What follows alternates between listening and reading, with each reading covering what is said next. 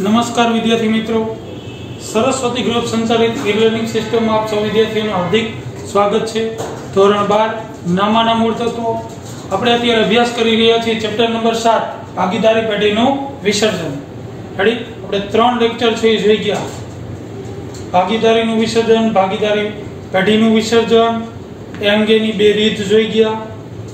Ready, એની પ્રક્રિયાઓ જોઈ ગયા, એના લક્ષણો જોઈ ગયા, એ અંગેની કાનૂની અને અન્ય જોગવાઈઓ જોઈ ગયા અને કયા કયા ખાતાઓ તૈયાર કરવાના થાય એ ખાતાઓ વિશે અભ્યાસ કરી ગયા। ત્યાર પછી તો કે એ અંગેની હિસાબી અસરો આપવા માટેની આમનોંધ વિશે જોઈ ગયા કે બધા ખાતા બંધ કરવા માટે કઈ કઈ આમનોંધ પસાર કરવી પડે, કઈ આમનોંધ લખવી પડે, ત્યાં સુધીની આપણે ચર્ચા કરી ગયા છે। ત્યાર પછી જોવાનું છે કેટલાક વિશિષ્ટ વ્યવહારોની હિસાબી અસર। વિશિષ્ટ વ્યવહારો, હવે એમાંની પહેલી બાબત કે ચોપડે નહીં નોંધેલ મિલકત, ચોપડે નહીં નોંધેલ મિલકત, કોઈ મિલકત એવી છે જે ચોપડે દર્શાવી નથી તે નહીં નોંધેલ લેણદારને આપવામાં આવે। કોઈ મિલકત એવી છે જે ચોપડામાં દર્શાવી નથી, સામે લેણદાર એવા છે કે જે ચોપડે દર્શાવ્યા નથી, એ આપવામાં આવે। આવા સંજોગોમાં છે લેણદારને આપવાની થતી કુલ રકમમાંથી જે મિલકતની કિંમત છે એ કિંમત બાદ કરી જે રકમ વધે છે એ રકમની જ નોંધ થાય। ફોર એક્ઝામ્પલ, કોઈ એક મિલકત એવી છે જે ચોપડે નોંધી નથી, એની કિંમત 30,000 છે। કોઈ લેણદાર એવો છે જે ચોપડે નોંધેલો નથી, એની કિંમત છે 50,000। હવે આપણે ચોપડે છે નહીં નોંધેલ મિલકત, ચોપડે નહીં નોંધેલ લેણદારને 50,000 આપવાના છે, મિલકતની કિંમત 30,000 છે, તો એ મિલકત એને આપી દે છે। વૈધા કેટલા? તો કે 20,000। એની જ હવે નોંધ કરવાની રહે। એની નોંધ થાય તો કે જે ચૂકવણી થાય એની જ નોંધ થશે। માલ મિલકત નિકાલ ખાતે ઉધાર, તે રોકડ કે બેંક ખાતે। એવી જ રીતના ચોપડે નહીં નોંધેલ દેવા સામે આંશિક ચૂકવણી પેટે છે નહીં નોંધેલ મિલકત આપવામાં આવે ત્યારે ફક્ત બાકીની રકમની ચૂકવણી થાય। રેડી, તો આ એક વિશિષ્ટ હવાલો હતો। ત્યાર પછી જો તમારા લીથામાં જ આપેલું છે માલ મિલકત નિકાલ ખાતું, રેડી, વિગત રકમ રૂપિયા, વિગત રકમ રૂપિયા। હવે એની ઉધાર બાજુ છે એ બધી મિલકતો પહેલા દર્શાવવામાં આવે જે જૂના પાકા સરવૈયામાં આપેલી છે, રોકડ બેંક સિવાયની। પછી મૂડી દેવા બાજુ વહી જવાનું, મૂડી છે એ મૂડી ખાતામાં આવી જશે, દેવ બધું જમા બાજુ આવી જશે। રેડી, દેવાદારો હોય તો ચોખ્ખા દેવાદારો આવશે એટલે કે અંદરની સાઈડ આપેલા છે કાલ ખાતાના પાછું જમા બાજુ અનામત અને જોગવાઈમાં આવશે। મૂડી દેવા બાજુ જે બાબતની વેચણી થઈ શકે, સામાન્ય અનામત, રોકાણ વધઘટ ફંડ, કર્મચારી અકસ્માત, વળતર ભંડોળ, આ બધાની વેચણી કરી દેવાની, નફો કે ખોટ વગેરેની મૂડી ખાતામાં જમા બાજુ કે ઉધાર બાજુ। રોકડ કે બેંક, રોકડ બેંક ખાતામાં ઉધાર બાજુ આવશે। રેડી, પછી જે મિલકતો વેચાય એની ઉપજ અંગેની નોંધ છે માલ મિલકત નિકાલ ખાતામાં જમા બાજુ આવશે। જે મિલકતની ઉપજ અંગે સૂચના ન હોય એ ચોપડે કિંમત એની ઉપજ થાય, પણ જો એ મિલકત અદ્રશ્ય મિલકત હોય, આગળ પેટન્ટ, ટ્રેડમાર્ક કે કોપીરાઇટ, એની ઉપજ અંગે સૂચના ન હોય તો એની કોઈ જ ઉપજ મળે નહીં। એવી રીતના દેવાની ચૂકવણી થાય તો ઉધાર બાજુ આવશે। રેડી, રોકડ બેંક હેડિંગ આપીને જેટલું દેવું ચૂકવાય, કોઈ દેવા ચૂકવવા અંગે સૂચના ન હોય તો ચોપડે કિંમતે તો ચૂકવવું જ પડે। વિસર્જન ખર્ચ ઉધાર બાજુ આવશે। રેડી, ત્યાર પછી કોઈ મિલકત છે ભાગીદાર લઈ જાય તો એની અસર છે એ જમા બાજુ આવશે। આવી રીતના માલ મિલકત નિકાલ ખાતું બંધ થશે, તફાવતની રકમ જે બાજુ મળે એ બાજુથી લઈ જવાની એના મૂડી કે ચાલુ ખાતે। આ રીતના છે આપણું માલ મિલકત નિકાલ ખાતું શું થશે? ક્લોઝ થશે। એની રકમ છે મૂડી કે ચાલુ ખાતામાં લઈ જાઓ એટલે એ ખાતું ક્લોઝ થશે, એની રકમ રોકડ ખાતે લઈ જાઓ એટલે રોકડ ખાતું છેલ્લે સરભર થશે। રેડી, આ પ્રમાણે છે એ પેઢીના ચોપડે છે એ પેઢીના તમામ ચોપડાઓ છે એ ક્લોઝ થશે આટલા હિસાબી અસરો આપવાથી। રેડી, તો આપણે આની પહેલા મેં ચર્ચા કરી હતી કે આ ચેપ્ટરમાંથી આમનોંધ અને ખરા ખોટા છે એ ખૂબ અગત્યના છે। રેડી, તો આપણે છે એ 3 દાખલા એવા કરશું કે જેમાં આમનોંધ હોય।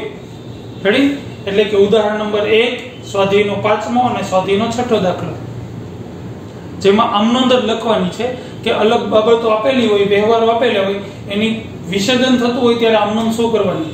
જો કે દરેક વ્યવહારની બે આમનોંધ થાય, એક ઈ ખાતું બંધ કરવાની, એની ઉપજની કે ચૂકવણીની। રેડી, મિલકત હોય તો એની ઉપજ મળે, દેવ હોય તો એ ચૂકવવાનું હોય। ક્લિયર? તો આવો દાખલો છે, આપણે એક કરીએ.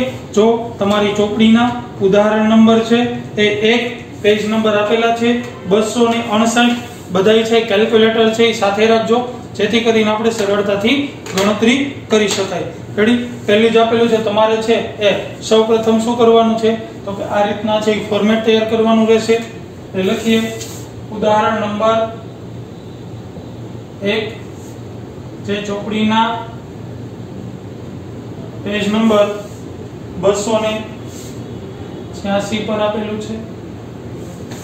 રેડી? તમારે છે એ સૌપ્રથમ પહેલા શું કરવાનું તો કે 1 કરીને હેડિંગ આપી દેવાનું. અહીંયા પહેલા ફોર્મેટ તૈયાર કરી નાખવાનું. તારીખ, વિગત, ખાપા, ઉધાર રૂપિયા અને જમા રૂપિયા. આ રીતના ફોર્મેટ તૈયાર થઈ ગયું.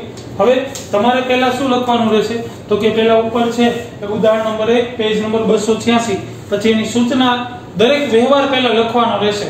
1 કરીને પહેલા એનો વ્યવહાર લખી નાખવાનો, પછી ફોર્મેટ તૈયાર કરીને એની આમનોંધ જેટલી થતી હોય એ આમનોંધ લખવાની. પહેલું જ આપેલું છે વિસર્જન વખતે પાકા સરવૈયામાં જમીન મકાનના 1 લાખ અને રોકાણોના 50,000 બતાવેલા છે. એનો મતલબ એવો કે જ્યારે પેઢીનું વિસર્જન થાય છે ત્યારે મિલકત લેણા બાજુ જમીન મકાન અને રોકાણોની કિંમત આપેલી છે. સૌપ્રથમ એનું ખાતું આપણે શું કરવું પડશે? બંધ. તો કે બંધ કરવા માટે મિલકતો ક્યાં લઈ જવી? બધી માલ મિલકત નિકાલ ખાતામાં ઉધાર બાજુ. તો આપણી આમનોંધ શું થશે તો કે માલ મિલકત નિકાલ ખાતે ઉધાર. આપણે પહેલી આમનોંધ કરીએ. તમારે કેવી રીતના લખવાનું રહેશે તો કે પહેલા છે એનો વ્યવહાર લખવાનો, પછી ફોર્મેટ તૈયાર કરવાનું, પછી એની જેટલી આમનોંધ આવતી હોય એ લખવાની, પછી બીજો વ્યવહાર લખવાનો, એની આમનોંધ ફોર્મેટ તૈયાર કરીને લખવાની. રેડી? તો પહેલી જ આમનોંધ થશે ક્યાં લઈ જવાનું તો કે માલ મિલકત નિકાલ ખાતે. માલ મિલકત નિકાલ ખાતે ઉધાર. હવે કઈ કિંમતો દર્શાવે છે જોવો જોઈએ તો કે જમીન મકાન અને રોકાણો.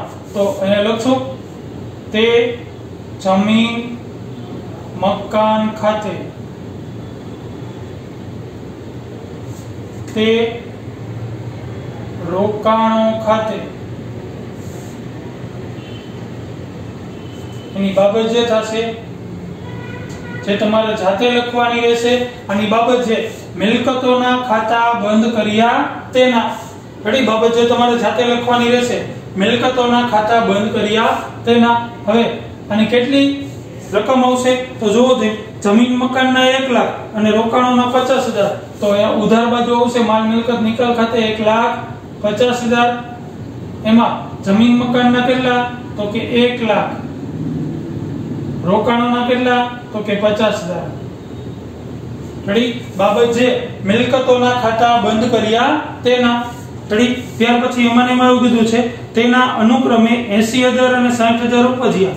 જો દે 80,000 અને 60,000 જે કઈ ઉપજ મળે એ માલ મિલકત નિકાલ ખાતામાં જમા બાજુ હોય. ઉપજ મળે એટલે ધંધામાં રોકડ કે બેંક આવે એટલે આની બીજી આમનોંધ શું થશે આની નાની તો કે રોકડ / બેંક ખાતે ઉધાર. તે માલ મિલકત નિકાલ ખાતે. બાબત જે મિલકતોની ઉપજ મળી તેના. રેડી? કેટલી ઉપજ મળી જોવો જોઈએ, 80,000 અને 60,000 બેનો સરવાળો કરી નાખવાનો. 80,000 + 60,000 એટલે આવશે 1,40,000. તો અહીંયા લખશું આપણે ઉધારમાં 1,40,000. એવી રીતના જમામાં પણ આવશે 1,40,000. રેડી? આવી રીતના બે આમનોંધ થઈ ગઈ. હવે તમારા બે આમનોંધ થાય એટલે અહીંયા લીટો કરી નાખવાનો. પછી બીજો વ્યવહાર છે એ પહેલા લખવાનો રહેશે. જો વ્યવહાર 2 આપેલો છે પહેલા વ્યવહાર લખી લેવાનો રહેશે. રેડી? આપણે જોઈ છીએ વિસર્જન વખતે પેઢીની કુલ મિલકતો 4 લાખ છે, જેમાંથી ચાલુ મિલકતો 40% છે, જેમાં રોકડનો 20,000 નો સમાવેશ થાય છે. સ્થિર મિલકતોના 120% ઉપજ મળી જ્યારે ચાલુ મિલકતોના 80. રેડી? પહેલા તો આપણે છે એ પેઢીના ચોપડે જે બતાવેલું છે એના ખાતા બંધ કરી પહેલા આપણે ગણતરી કરવી પડશે. તો અહીંયા ગણતરી કરી મિલકતો. જો મિલકતો કેટલી છે તો કે 4 લાખ. તો અહીંયા છે દર્શાવશું 4 લાખ. એમાંથી એવું કીધું છે કે જેમાંથી ચાલુ મિલકતો 40% છે, તો મિલકતો છે બાજુ બે મિલકતો હોય, બિનચાલુ અને ચાલુ, અથવા સ્થિર અને ચાલુ મિલકત, બરાબર. તો એવું કીધું ચાલુ મિલકતો 40% છે, તો સ્થિર મિલકતો કેટલી હોય? તો કે સ્વાભાવિક છે 60%. તો મિલકતોના છે આપણે બે ભાગ પાડી દઈએ.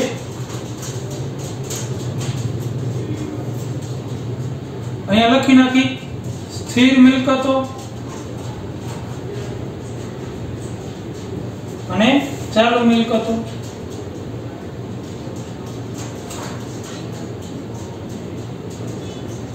હવે શું કીધું છે કે 40% છે એ ચાલુ મિલકતો છે, તો આના 40% કરીએ 40%, તો સ્થિર મિલકતો કેટલી હોય? તો કે 60% હોય. તો જોઈએ 40% કેટલા આવશે? તો કે 4 લાખ એને ગુણ્યા 40% એટલે આવશે 1,60,000. રેડી? તો આ કેટલી હોય? આ 1,60,000 હોય, તો 4 લાખ માંથી 1,60,000 બાદ કરો એટલે 2 લાખ સ્થિર મિલકતો આવશે 2,40,000. હવે આમાં એવું કીધું છે કે જેમાં રોકડનો 20,000 નો સમાવેશ થાય છે. જો રોકડ એ કેટલી છે? 20,000, તો આમાંથી બાદ કરી નાખી માઈનસ રોકડ કેટલી? તો કે 20,000.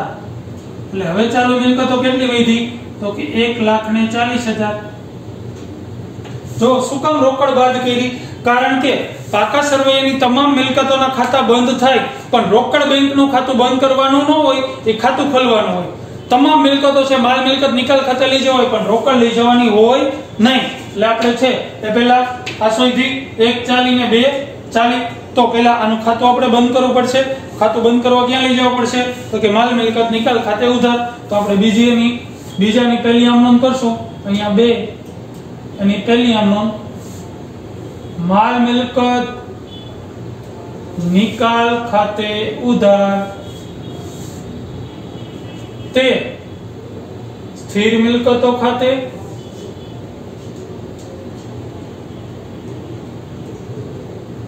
તે ચાલુ મિલકતો ખાતે.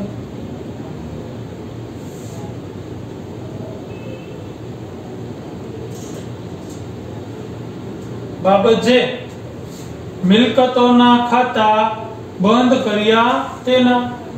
હવે કેટલી રકમ આવશે જોવો છે. બેનો સરવાળો કરી નાખી.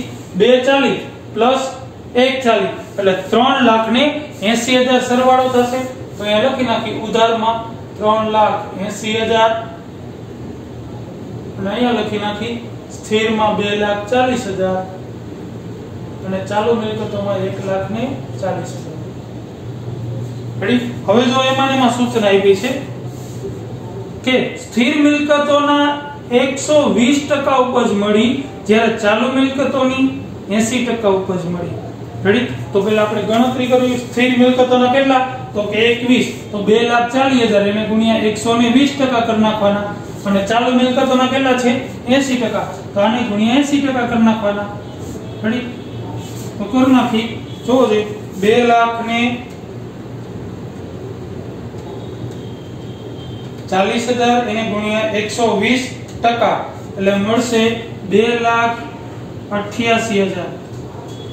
આના છે 1,40,000 એને ગુણ્યા 80% એટલે મળશે 1,12,000. હવે કીધું છે ઉપજ મળી, તો આની બીજી આમનોંધ શું થશે? ઉપજ મળી છે એટલે ધંધામાં રોકડ બેંક આવશે. તો રોકડ ઓબ્લિક બેંક ખાતે ઉધાર તે માલ મિલકત નિકાલ ખાતે. બાબત જે મિલકતોની ઉપજ મળી તેના. કેટલી ઉપજ મળશે? તો કે આ બેનો સરવાળો કરી નાખી. 2,88,000 પ્લસ 1,12,000 એટલે કુલ 4 લાખ આવશે. તો અહીંયા લખી નાખશું ઉધારમાં 4 લાખ અને જમામાં પણ 4 લાખ. તો આ પ્રમાણે છે એની બીજી આમનોંધ થશે. તમારે સૌપ્રથમ શું કરવાનું છે? તો કે આ આમનોંધ પૂરી થઈ જાય પછી 2 કરીને વ્યવહાર લખી લેવાનો છે, પછી આ ગણતરી લખવાની, પછી એની 2 આમનોંધ. રેડી? ત્યાર પછી જોઈએ ત્રીજો વ્યવહાર, વ્યવહાર નંબર 3, પેઢીના વિસર્જન સમયે યંત્રોની કિંમત 70000 છે. પહેલા તો વિસર્જન સમયે યંત્રો કેટલા દર્શાવ્યા છે? 70000. એનું ખાતું બંધ કરવું પડશે. તો કે માલ મિલકત નિકાલ ખાતે ઉધાર બાજુ લઈ જઈ એનું ખાતું બંધ કરીએ. અહીંયા ત્રીજું, એની પહેલી આમ નોંધ, તો કે માલ મિલકત નિકાલ ખાતે ઉધાર કેટલું છે યંત્રોની કિંમત? તો કે 70000 રૂપિયા. તો અહીંયા લખશું 70000. તે યંત્રો ખાતે બાબત જે યંત્રોનું ખાતું બંધ કર્યું તેના કેટલા? 70000. ત્યાર પછી એમાં એવું કીધું છે કે એક ભાગીદાર 78000 માં લઈ જાય છે. જો એક ભાગીદાર લઈ જાય છે, હવે મિલકતોની ઉપજ મળે તો માલ મિલકત નિકાલ ખાતામાં જમા બાજુ આવશે, પણ ભાગીદાર લઈ જાય છે તો એના મૂડી ખાતે આવશે. તો એની બીજી આમ નોંધ થશે, ભાગીદારના મૂડી ખાતે ઉધાર. ભાગીદારના મૂડી ખાતે ઉધાર તે માલ મિલકત નિકાલ ખાતે બાબત જે ભાગીદાર યંત્રો લઈ ગયો તેના કેટલામાં લઈ જાય છે? તો કે 78000 માં. તો અહીંયા આવશે 78000 અને 78000. જો ઉપજ મળતી હોય તો આપણે છે એ રોકડ બેંકે લખવાનું, પણ ભાગીદાર લઈ જાય છે એટલે ભાગીદારના મૂડી ખાતે આવશે. ત્યાર પછીનો વ્યવહાર નંબર 4, પેઢીનો વિસર્જન ખર્ચ 20000 થયો. જો એક જ આમ નોંધ આવશે, ખર્ચ જેટલો ચૂકવાય એ બધી માલ મિલકત નિકાલ ખાતામાં ઉધાર બાજુ આવશે, કારણ કે ચૂકવાય એટલે ધંધામાંથી રોકડ બેંક જાય તો જમા. તો એની એક જ આમ નોંધ થશે. ચોથા વ્યવહારની વિસર્જન ખર્ચની 2000 ચૂકવો છે તો એની આમ નોંધ થશે, માલ મિલકત નિકાલ ખાતે ઉધાર તે રોકડ / બેંક ખાતે બાબત જે વિસર્જન ખર્ચ ચૂકવ્યો તેના વિસર્જન ખર્ચ તો કે 20000 રૂપિયા થયો. તો અહીંયા લખશું 20000 અને 20000. ત્યાર પછીનો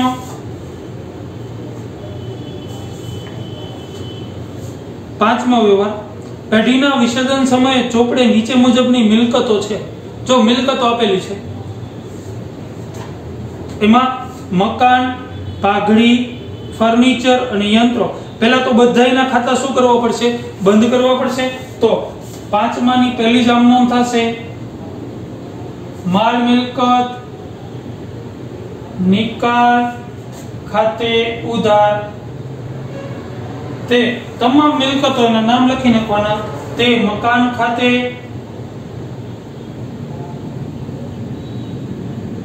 પછી તે ફર્નિચર ખાતે,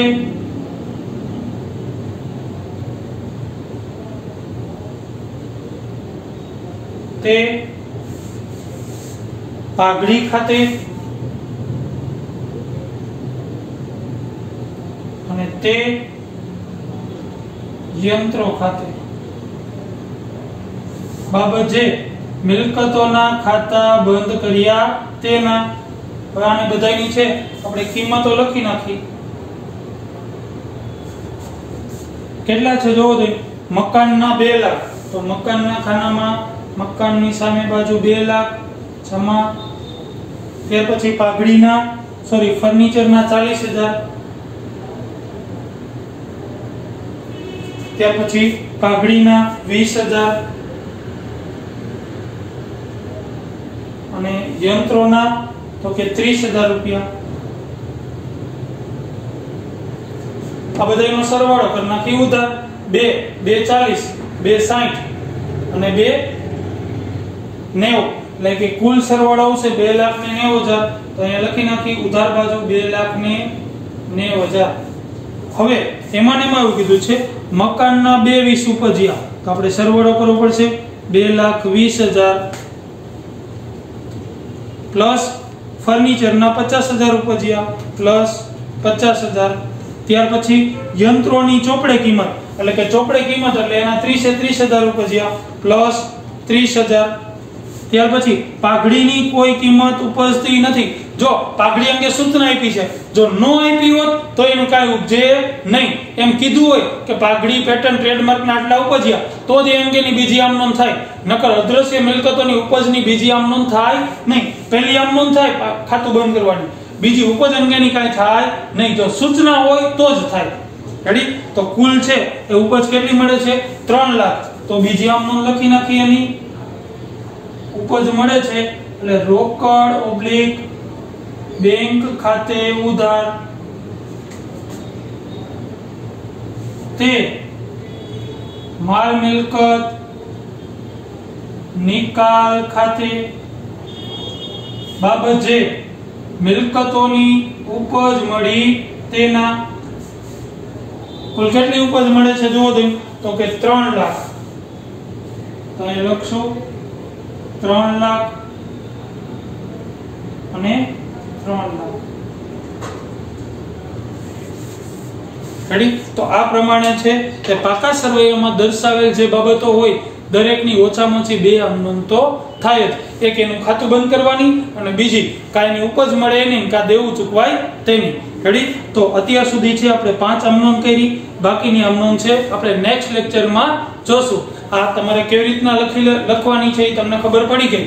શું કરવાનું છે તો કે પહેલા ઉદાહરણ નંબર 1 પેજ નંબર 286 એની સૂચના લખી લેવાની, પછી પેલો વ્યવહાર લખવાનો, આ પ્રમાણે છે ફોર્મેટ તૈયાર કરવાનું, 2 આમ નોંધ લખવાની બાબત જે સહિત, પછી બીજો વ્યવહાર લખી લેવાનો, એની ગણતરી કરી લેવાની, પછી ફોર્મેટ તૈયાર કરીને એની આમ નોંધ લખવાની, ત્રીજો વ્યવહાર લખવાનો, ફોર્મેટ તૈયાર કરવાનું, એની 2 આમ નોંધ, ચોથો વ્યવહાર લખવાનો, એની 1 આમ નોંધ, પાંચમો વ્યવહાર લખવાનો અને એની 2 આમ નોંધ છે એ લખી લેવાની રહેશે।